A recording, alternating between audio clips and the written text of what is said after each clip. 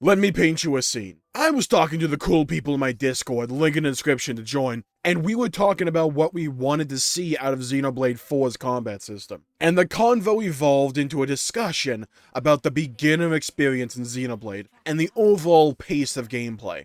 And it got me thinking, if Xenoblade wants to take that next step in popularity and move up a tier for Nintendo, I firmly believe that finding a way to make the early combat engaging, active, and fun is a firm requirement. Now, I love Xenoblade's combat. I'm particularly fond of X's and 2's, though I still really enjoy 1 and 3's. But I think the one common thread throughout this franchise is that the early game is marked by slow, tedious, and repetitive combat as the game tries to slowly teach you how to press a button while being afraid to give you any slack. Funnily enough, Xenoblade 1 is arguably the best at this. Due to the way the combat is structured in that game, it kind of throws you most of Shulk's arts and kit early on, and adds complexity later on by giving you more party members that all play differently and expanding on the gem system. But the other games especially suffer from slow beginnings, to the point where the common defense is that about 40 hours in is when it really starts to get going and become enjoyable, which in my opinion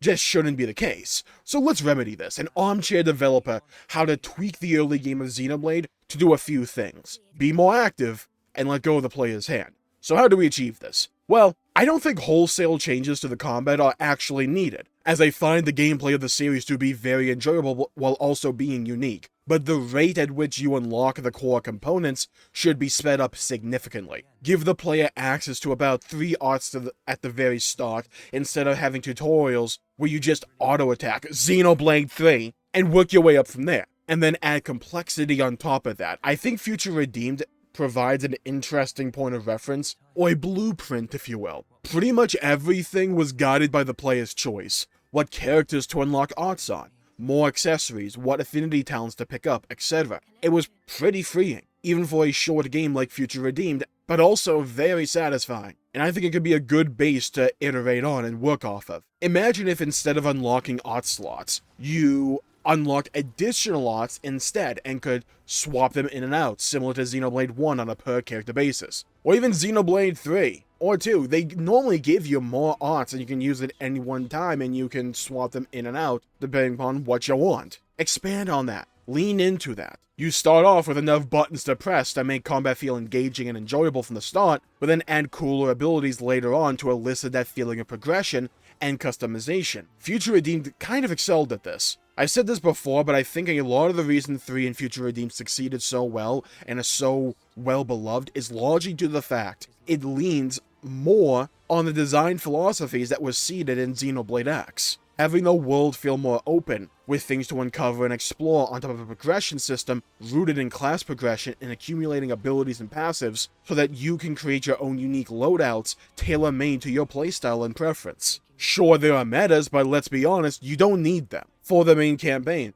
and I largely just relied on what felt best for me, on top of Signify that I heard was good. But besides that, you could do untold combinations and be fine, and that's the charm of Xenoblade's gameplay and customization. When it's running well, it gives you the ability to tailor-make these characters to a playstyle that you find engaging, each of these characters having a whole host of different playstyles at your disposal. It's a great template for customization, but the early game restricts that idea because it tries and drip feeds you mechanics, and tries to teach you how to play the game or even navigate menus because the game doesn't have much faith in you or your intelligence. I feel like if they were willing to just skip that step, give the player 3 to 6 arts at the very start and just say go, and they added stuff surrounding that, the early game would be better received, which would retain newer players and just overall grow the player base. If there are some people who get overwhelmed by the combat or whatever reason, you can add accessibility options or just bring back custom difficulty from 2 and let people tailor-make the experience for themselves, whether it's easier or harder. It's not like Dark Souls where the difficulty is part of the overall narrative and message of the game. It wouldn't compromise the experience, especially since the series has done it before. And now this bears repeating, this isn't just to make the game harder or easier, but to increase the abilities or the ability for the player to actually interface with the game, to press buttons, because the starts of these games can often be boiled down to hitting one button that just does big numbers, and then waiting like 30 seconds for that button to come off cooldown. So you can level up where you get a new ability that you can only press once every 15 seconds. But this time, you get to stand at the side of the enemy to do even more damage. It's slow, monotonous, and honestly dull, as core mechanics are excluded from the experience, and the game feels like it plays itself. For instance, in the beginning of Xenoblade 3, they restricted on who you could play as until sometime in the future. I don't get why character swapping wasn't available from the very start. You enable that at the very beginning and have each character have 3 arts, and immediately the beginning chapter 1 of that game is infinitely more fun to play it, at least for me. You can still focus on one character if you want, but if you're a fast learner, or you just like pressing buttons, you can swap between the various characters and do more button presses.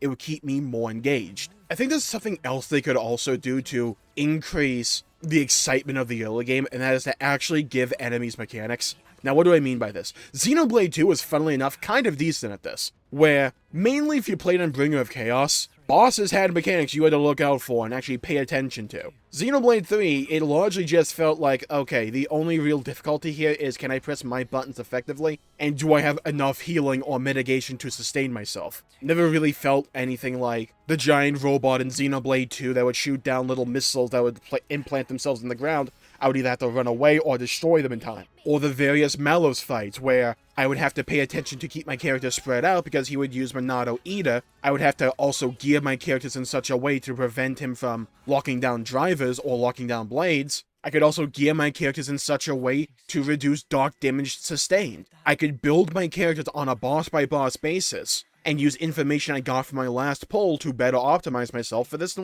next one. That was fun, that was engaging to me. In Xenoblade 3, I never had to think about any of that. I didn't play the base game on hard mode, but on normal mode, I could not tell you what any boss in that game actually did. I straight up do not remember the Zed fight. At all, in any capacity. All I remember is he turned into a giant head at one point. For a couple of reasons. One, expert mode wasn't available at the very beginning, so I just was over-leveled because I wanted to play the game. But also, the boss didn't do anything I had to pay attention to. It was all just making sure I had enough healers or tanks to keep myself alive, and I just pressed my buttons to do more damage. And if you incorporated more boss mechanics, or just mechanics overall, into the game in an earlier experience, you can increase what I have to pay attention to, or my engagement with the product early game without having to increase the amount of buttons I have to press. Like, imagine if during the initial fight between the Kevers and Agnes groups in Chapter 1, each character had their own unique mechanics you had to pay attention to. Like, Senna could put down a giant circle that you would have to get out of because she was going to bring the hammer down. Or Tyon would summon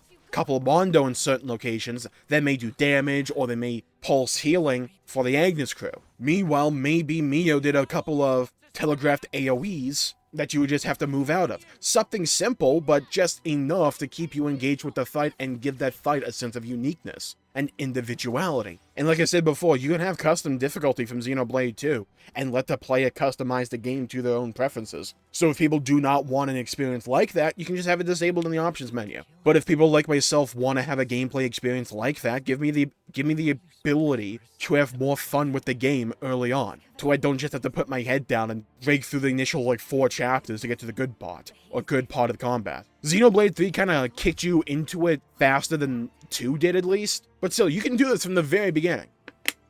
Then you have game like Future Redeemed, where you have to find the art unlock kits in the overworld, which just made some characters painstakingly slow to play as. I barely ever touched Matthew, because I'm like, okay, well, Rex is obviously better here.